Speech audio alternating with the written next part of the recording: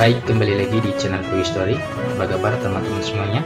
Yang jelas dalam keadaan sehat ya. Mari kita simak informasi sebagai berikut. Menpan RB sebut honorer yang masuk 7 kategori ini dipastikan di blacklist dari BKN.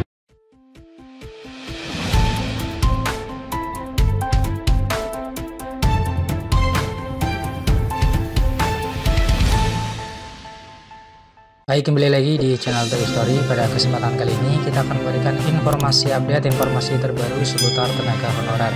Informasi ini kami kutip dari laman website unews.id. Informasinya yaitu Menpan RB sebut honorer yang masuk 7 kategori ini dipastikan di blacklist dari BKN. Simak informasinya baik-baik.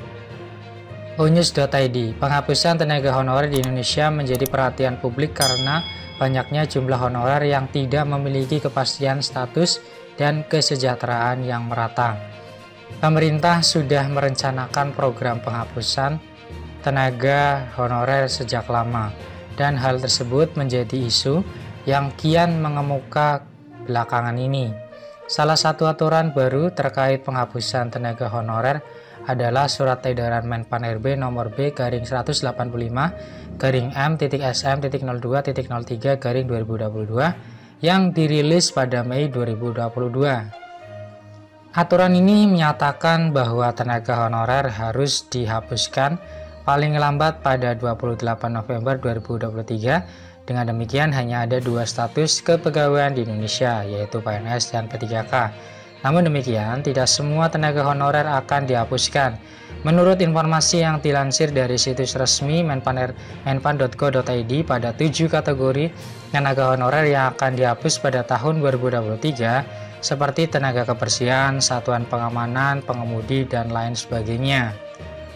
Penghapusan tenaga honorer menjadi polemik karena ketentuan tersebut bertentangan dengan amanat Surat Edaran Menpan RB nomor B/185-M.SM.02.03/2022.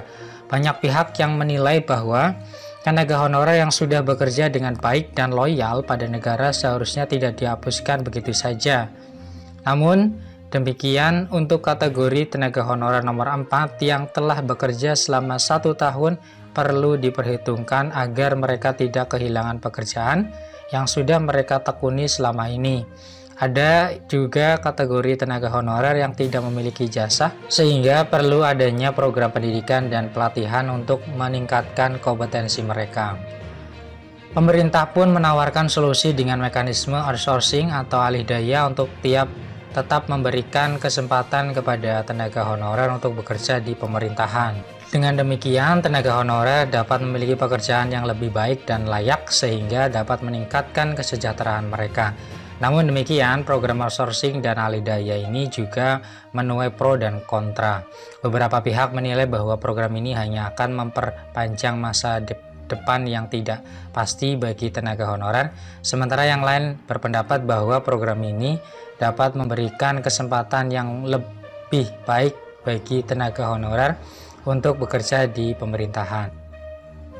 Pemerintah juga perlu memperhatikan kesejahteraan tenaga honorer yang akan dihapuskan.